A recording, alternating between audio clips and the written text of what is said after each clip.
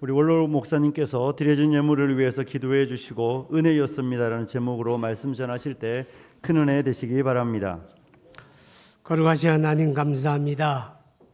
추수감사절 하나님의 은혜 가운데 살아온 우리의 삶을 감사하며 주의 권속들이 믿음으로 구별한 예물을 드리나이다. 하나님이여 귀한 예물을 연락하시고 함께하는 모든 손길 가정생활 위에 때를 따라 돕는 은혜와 하나님의 언약을 따라 하늘 문을 여시고 하늘에 신령한 것으로 이 땅에 풍성한 것으로 복 내려 주시기를 바랍니다. 오늘을 시작하여 또 한 주간 우리에게 주어진 삶을 살아갈 텐데 우리가 보고 듣고 말하고 생각하는 것들 다 믿음 안에 있고 우리 입술의 감사가 풍성함으로 범사에 하나님의 영광을 드러내게 되기를 원합니다. 우리 가운데 약한 자, 병든 자, 고난에 묶인 자, 어려움을 당하며 근심하는 자, 슬픔을 당한 자 하나님 아시겠사오니 아버지 앞에 찬양하며 기도하며 말씀 듣고 아멘 할 때 우리 하나님의 어루만짐이 있고 병들음이 고침을 받고 흉악의 결박이 풀어지며 자유함을 얻게 하여 주옵소서. 하나님의 성령으로 충만하고 성령의 감동 속에 위로가 있고 용기가 더하고 희망을 얻게 하옵소서. 축복하고 예수 이름으로 기도하옵나이다. 아멘. 할렐루야. 참 반갑네요. 우리 찬양대도 반갑고 오랜만에 보니까 우리 남정네들이 다 나하고 비슷한 것 같아. 늙었다는 얘기예요. 우리 주연수님은 지금은 이제 시각장애인데 약시일 때 조금 보일 때는 기타 연주를 기가 막히게 잘했어요. 근데 지금은 이제 또 저렇게 색소폰 연주하시는데 2부 때는 더 연주를 잘했는데 내가 보니 악기가 좀 상태가 안 좋아. 그래서 자꾸 문제가 있는 것 같은데 아주 감사합니다. 우리 송이는 작년에도 이송인데 올해도 이송이래. 이제 그 예수전도단 훈련을 받고 이번 주에 필리핀으로 또 일본으로 선교 여행을 간답니다. 여러분이 관심 가지고 기도해 주시기 바라고 오늘 오후에 우리 감사절 음악 예배를 준비한 우리 체르빔 그리고 우리 임마누엘 찬양대 모두 하나님 앞에 감사하며 우리 박수로 격려합시다.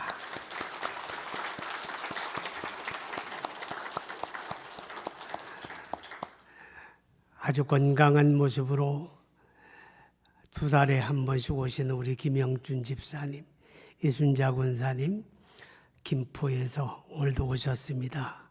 참 감사하죠. 여러분 이렇게 살면 좋겠어요. 우리 김영준 집사님은 36년생이에요. 이렇게 건강해서 지금도 운전하시고 오셨어요. 참 건강합니다. 여러분도 그렇게 살기를 소망하고 우리 축하하며 박수합시다.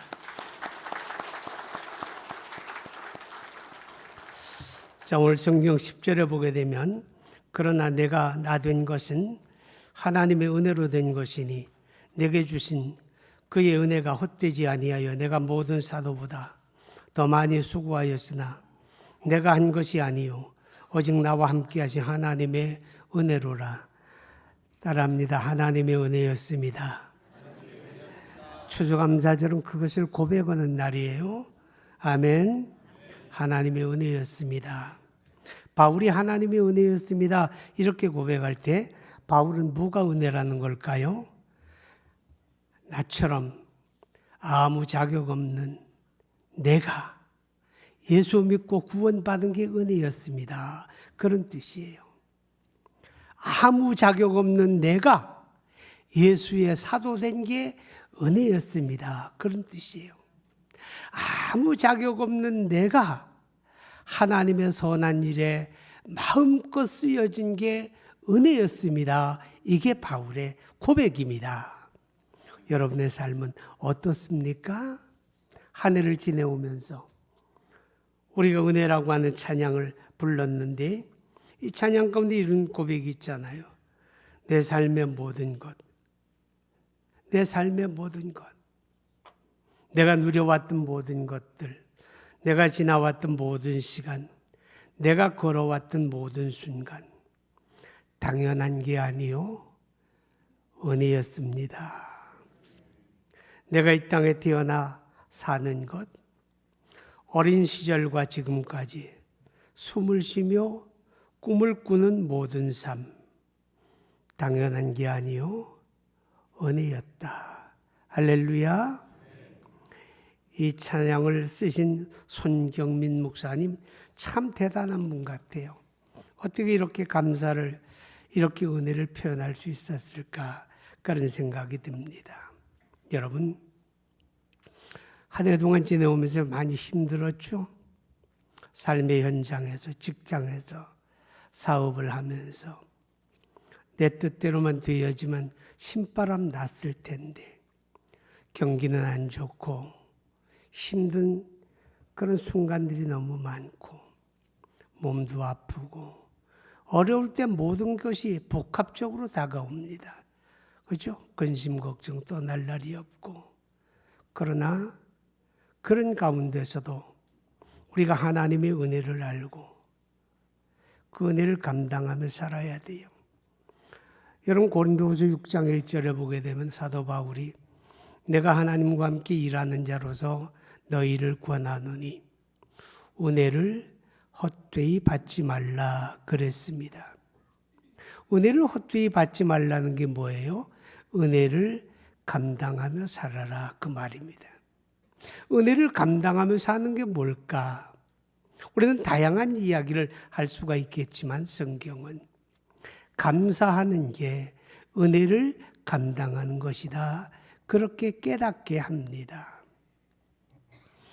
여러분 출애굽기 23장 그리고 레위기서에 보게 되면 하나님이 이스라엘 백성들을 애굽에서 구출하시고 그리고 그들이 가나안 땅을 향해서 진행할 때 하나님이 이렇게 말씀을 해요. 너희가 그 땅에 들어갈 것이다. 그리고 그 땅을 유업으로 얻었을 때 너희는 매년 3가지 명절을 반드시 꼭 지켜야 한다 그랬습니다. 그 3가지 명절은 첫째가 유월절입니다. 여러분 유월절이 뭐예요? 하나님이 베풀어 주신 구원의 은혜를 기억하며 감사하는 명절입니다. 이 유월절은 역사 속에 오시는 예수 그리스도, 그가 십자가를 지고 우리의 죄를 대속하시고 우리를 구원하시는 그리스도가 오신다는 것을 보여주는 그리스도의 그림자지요. 그래서 고린도전서 5장 7절에는 유월절 양 곧 그리스도께서 희생되셨느니라 그랬습니다. 두 번째는 77절입니다. 이 77절은 77이 49, 6월절로부터 49일을 지나서 50일째 되는 날을 맥추감사절 그렇게 하는 감사절입니다. 그 다음에 수장절 혹은 초막절이라고 부르는 이 절도 감사절이죠. 곡식을 다 거두어서 수장한다. 창고에 드리고 하나님의 은혜를 감사하는 명절. 그럼 하나님이 3가지 명절을 반드시 꼭 지켜야 한다. 그럼 3가지 명절의 공통점은 다 감사절. 그 말은 하나님의 백성, 성도의 성도다움이 뭐냐? 은혜를 감당하는 삶이 뭐냐? 감사하는 것이다. 할렐루야. 감사하는 게 성도라고 하는 걸 우리에게 깨닫게 하는 말씀이 되어집니다. 여러분이 살아오면서 열심히 땀 흘리고 수고해서 그거로 먹고 살고 자녀들 교육시키고 집도 사고 하나님 나라를 위해 헌신하고 이렇게 살아오면서 다 내가 했다고 생각합니까? 내가 수고하고 내가 노력하고 내가 남달라서라고 생각합니까? 아니에요. 하나님의 은혜였습니다. 사도 바울이 고린도전서 3장에 이렇게 이야기합니다. 나는 씨를 심었고 아볼로는 물을 주었고 그런데 자라나게 하고 열매 맺게 하신 이는 하나님이시다. 아멘. 내가 땀 흘리고 수고하고 노력을 지라도 하나님의 은혜가 아니면 아무것도 거둘 수가 없었다. 그렇다면 모든 게 하나님의 은혜였다. 깨달아지면 아멘 하시기 바랍니다. 하나님의 감사를 기뻐하세요. 감사를. 그래서 우리가 예배 드릴 때도 감사로 예배해야 되거든요. 시 50편 14절 20절에 보면 감사로 제사하는 자가 나를 영화롭게 하나니 할렐루야. 감사로 예배하라는 거예요. 우리가 기도도 감사로 해야 그게 가치가 있는 거예요. 기도를 항상 힘쓰고 기도에 감사함으로 깨어 있으라. 아무것도 염려하지 말고 모든 일에 기도와 간구로 너희 구할 것을 감사함으로 하나님께 아뢰라. 할렐루야. 감사. 왜 하나님이 감사를 기뻐하실까? 감사는 신앙의 향기이기 때문에 그렇습니다. 신앙의 향기, 예수 믿는 향기, 그리스도인의 향기, 그건 감사예요. 믿습니까? 감사예요. 우리가 향기가 나게 되면 거기는 벌이 찾아가잖아요. 그런데 악취가 풍기면 파리떼가 모입니다. 여러분, 귀신이라는 말의 의미가 뭔지 알아요? 파리란 뜻이에요. 더럽다는 뜻이에요. 그래서 성경은 귀신을 이야기할 때 항상 더러운 귀신, 악한 귀신 이렇게 표현을 합니다. 파리 같은 존재예요.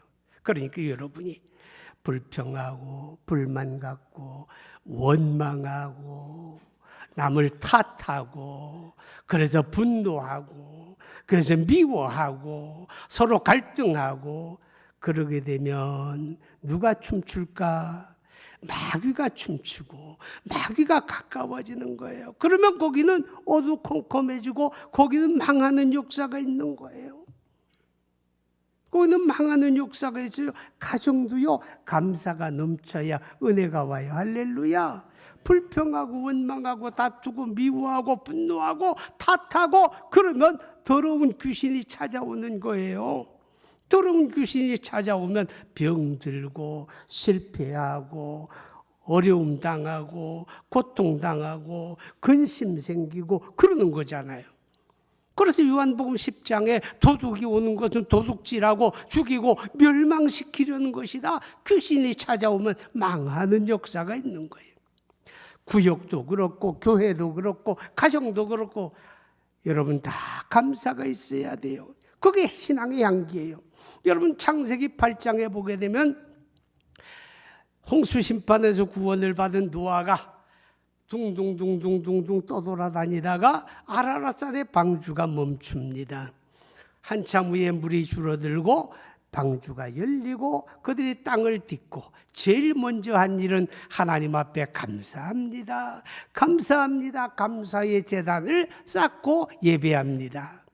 성경은 뭐라고 기록한지 아세요? 여호와께서 그 향기를 흠양하시고 할렐루야. 하나님이 감사의 향기를 받으시는 거예요. 기도 속에 감사의 향기를 받으시고 찬송 속에 감사의 향기를 받으시고 예배 속에 감사의 향기를 받으시고 여러분의 입술에 감사를 하나님이 기뻐하시는 줄로 믿습니다. 우리 입술에 불평이 길들면 망하는 거예요. 우리 입술에 감사가 길들어야 돼요. 아멘. 유대인의 탈무드에는 이런 이야기가 있다고 합니다. 내 입술에 감사가 길들기 전에는 아무 말도 배우지 말아라. 그 말은 유대인의 첫 마디는 감사라는 거예요. 땡큐. 감사합니다. 할렐루야. 감사가 길들어야 돼. 그게 성도거든. 어떤 아줌마가 어린아이 6살짜리를 손잡고 이웃집에 마시를 갔어요. 가서 이제 차도 마시고 담소를 하는데 주인 아줌마가 아기가 6살짜리 이쁘니까 사과, 예쁜 사과 빨갛게 익은 거 하나를 갖다가 먹으라고 줍니다. 아이가 얼른 받아들고 돌아서요. 그러니까 엄마가 있대. 얘야, 아니야 얘야. 아줌마가 이렇게 좋은 걸 주었을 때 어떻게 해야지? 그렇게 되물어요. 당연히 뭐라고 할까? 고맙습니다. 감사합니다. 그럴 줄 알았는데 아이의 대답은 달랐어요. 사과를 주신 분에게 얼른 밀어주면서 껍질 깎아주세요. 그러더래요. 어쩌면 그 아이가 저와 여러분일지 모릅니다. 우리는 너무 감사를 잃어버리고 살아요. 우리는 너무 의무를 요구합니다. 우리는 자격을 따집니다. 우리는 감사를 잃어버리고 살아요. 얼마나 감사한 게 많은데 감사의 향기가 진동할 수 있기를 바랍니다. 사도행전 10장의 고넬료의 가정에 하나님의 천사가 내방합니다. 하나님의 천사가 왜 거기 갑니까? 향기로우니까. 믿음의 향기가 있고 여호와를 경외하는 믿음의 향기, 구제하는 향기가 있고 기도 속에 감사의 향기가 있으니까 하나님의 천사가 찾아가요. 천사가 가면 흥하잖아요. 사는 길이 열리잖아요. 복된 역사가 있잖아요. 여러분의 삶 속에 감사의 향기가 풍성하기를 축복합니다. 그렇죠. 하나님이 감사의 향기를 받으시고 하나님의 역사가 나타나고 은혜가 임하는 거예요. 마태복음 14장에 보면 예수님의 놀라운 표적을 소개합니다. 오병이어라고 하는 표적이죠. 갈릴리 저 북쪽에 나지마간 동산에 주님이 가셨는데 동서사방에서 많은 사람들이 모여왔습니다. 주님이 그들에게 하루 종일 천국 복음을 들려주시고 그들 가운데 병든 자를 고쳐주시고 그들의 어려움의 고통의 사슬을 풀어주십니다. 그러는 가운데 해가 저뭅니다. 곧 어둠이 내릴 거예요. 그때 예수님의 제자들이 예수님에게 이렇게 말씀드려요. 선생님, 이제 멈추셔야 됩니다. 날이 저물잖아요. 빨리 사람들을 인근 불악에 돌려보내서 잠자리를 찾게 하고 먹을 것을 구하게 해야 하지 않습니까? 그랬더니 예수님이 제자들을 보고서 이렇게 말씀을 해요. 갈 것 없다. 너희가 먹을 것을 주어라. 그 말씀을 드렸던 제자들이 얼마나 당황할까. 성경에는 그 모습이 그려지지 않지만 어마어마하게 당황하고, 왜? 우리가 아무것도 없는 걸 그분이 아시잖아요. 설령 먹을 것이 얼마가 있다고 해도 그거 가지고 택도 없다는 걸 그분이 아시면서 어떻게 그런 말씀을 하실까 야속하기도 합니다. 어떤 제자가 군중 속에 헤집고 다니더니 한참 후에 요만한 보따리 하나 들고 옵니다. 그 속에는 보리떡 5개, 물고기 2마리 들어있습니다. 어떤 어린아이 도시락입니다. 그걸 받아든 제자가 주님 앞에 선뜻 다가서지 못합니다. 왜? 너무 적어서, 너무 보잘것없어서 주님 앞에 선뜻 다가가지 못하고 거리를 두고 머뭇거릴 때 우리 주님이 이렇게 말합니다. 내게로 가져오라. 그 적은 것, 그 보잘것없는 거 내게로 가져와라. 여러분, 먹어야 할 사람들은 여자와 어린아이를 제외하고 남자 장정만도 5,000명이 넘는 큰 무리였습니다. 어쩌려고. 그 적은 것 우리 주님이 손에 받아들고 하늘을 우러러 축사하시고, 축사가 뭐예요? 감사했다고 말해요. 하늘을 우러러 감사하시고, 아멘. 그 적은 것, 만약에 누가 내한테 그런 것 가져와서 여기 있는 사람들 먹이라 그러면 내가 노려볼 거야. 그리고 이렇게 말할 거야. 너나 먹어. 근데 주님은 작다고 탓하지 않아요. 주님은 작다고 비난하지 않아요. 책망하지 않아요. 너나 먹으라고 말하지 않아요. 내 눈에 보이는 사람이 이렇게 많은데 그거 가지고 될성 싶으냐? 반문하지도 않아요. 내게로 가져오라. 그 작은 것 들고 하늘에 감사하고 제자들에게 주면서 나누어 먹여라 그럽니다. 보리떡을 떼어서 줍니다. 그리고 돌아서면 그게 또 채워져. 생선을 잘라서 줍니다. 돌아서면 또 채워집니다. 그렇게 하기를 모든 사람들이 다 배불리 먹고 남은 것을 거두니 12바구니에 차게 거두었더라. 할렐루야. 누가 할 수 있는 일입니까? 만물을 창조하신 하나님, 아무것도 없는 무에서 삼라만상 저와 여러분을 지으신 창조주 하나님만이 그 일을 하실 수가 있습니다. 그러면 그 일을 하신 예수님은 누구라는 겁니까? 그가 만물의 창조자 하나님이시란 뜻이지요. 그런데 기억하십시오. 그분이 그 놀라운 일을 어디에서 나타냈습니까? 불평하고 원망하고 이까짓 게 뭐냐고, 이거밖에 없다고 탓하고 분노하고 그런 곳에 그분은 역사하지 않습니다. 적을지라도 모자랄지라도 볼품이 없을지라도 그 사람을 인해서, 그것을 인해서 하나님의 은혜를 알고 감사하고, 적은 것을 인하여 감사할 때, 하나님의 선하심을 바라보며 감사할 때 거기에 하나님이 역사하는 줄로 믿습니다. 사도행전 2장 1절에 보게 되면 오순절날이 이미 이르매 성령이 바람처럼 불처럼 그들 가운데 임하였다. 모인 무리가 다 성령의 충만함을 받고 성령이 말하게 하심을 따라 각기 다른 방언으로 말하기를 시작하니라. 이렇게 기록되어 있어요. 예수님이 제자들에게 말씀했죠. 너희가 예루살렘을 떠나지 말고 내게 들은 바 아버지의 약속하신 성령을 기다리라. 요한은 물로 세례를 베풀었거니와 너희는 몇 날이 못되어 성령으로 세례를 받으리라. 이 말씀을 하시고 예수님은 하늘로 올리워 가셨습니다. 그 광경을 목도한 사람들 가운데 한 120명의 사람들이 예루살렘에 돌아와 다락방 한 곳에 모여서 약속한 성령이 임하기를 간절히 기도합니다. 전심으로 기도합니다. 전심전력으로 기도합니다. 하루가 지나고 이틀이 지나고 사흘이 지나도 응답이 없어요. 그러기를 일주일이 지나도 응답이 없어요.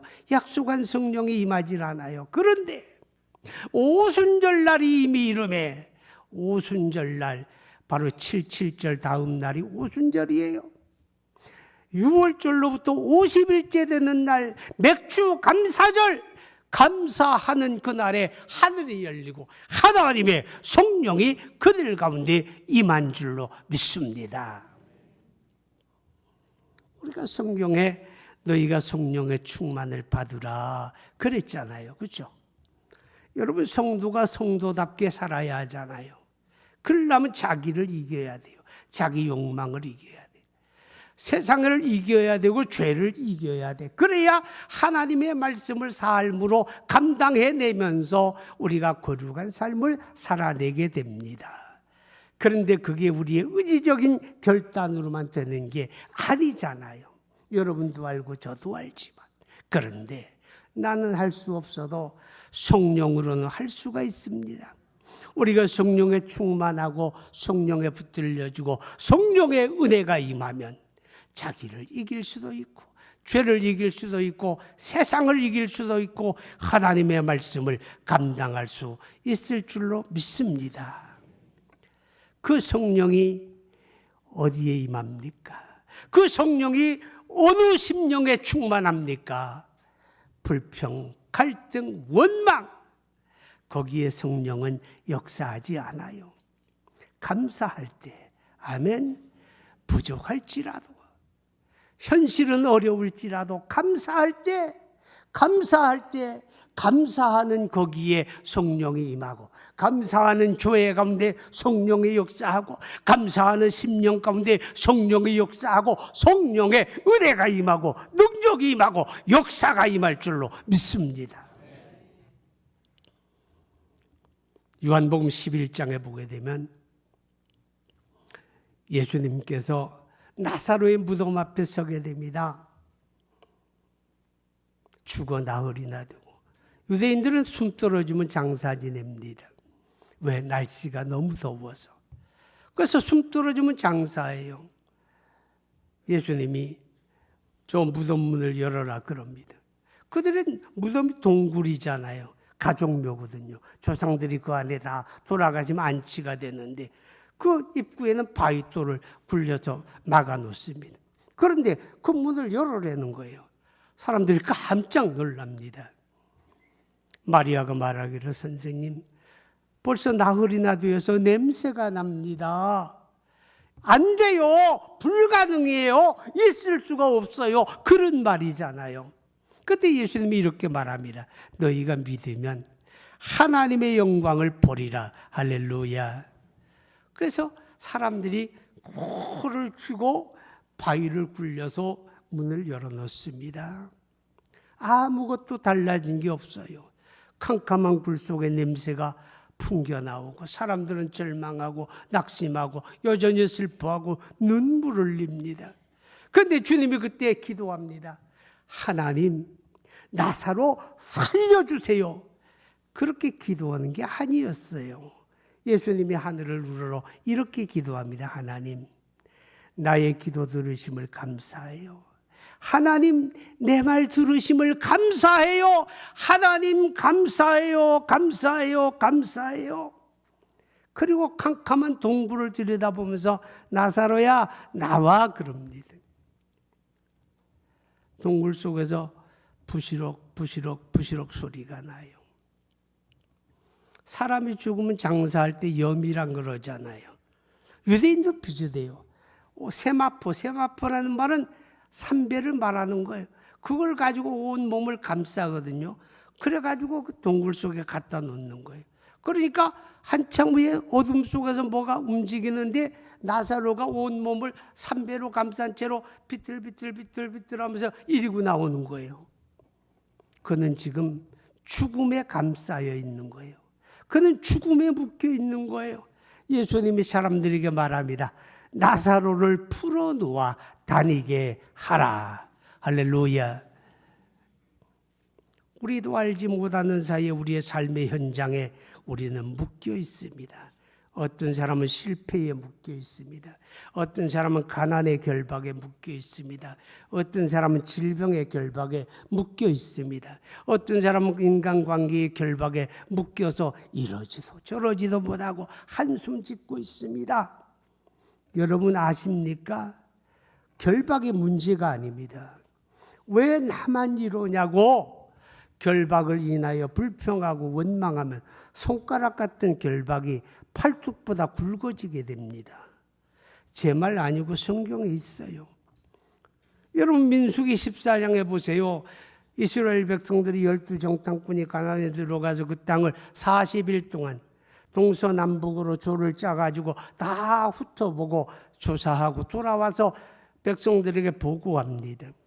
그 가운데 10명의 사람들이 말합니다. 악평합니다. 그 땅은 사람을 삼키는 땅입니다. 그 땅은 죽음의 땅입니다. 거기는 거대한 성읍이 있습니다. 거기는 훈련된 군대가 있습니다. 그 사람들은 네피림의 후손으로 거대하고 신장이 2미터가 넘습니다. 그들에 비하면 우리는 광야의 메뚜기 떼 같습니다. 우리가 그 땅을 들어간다는 건 섭을 지고 불에 뛰어드는 것 같습니다. 안 돼요. 안 돼요. 안 돼요. 그럽니다. 그들의 보고를 받고 백성들이 흥분하고 충동이 돼가지고 밤새도록 원망하고 불평하고 악평하고 이러려고 우리를 이끌어냈느냐? 그럽니다. 통곡하며 이제 우리가 애굽으로 돌아가자고 합니다. 그때 여호와의 음성이 모세에게 임합니다. 모세야,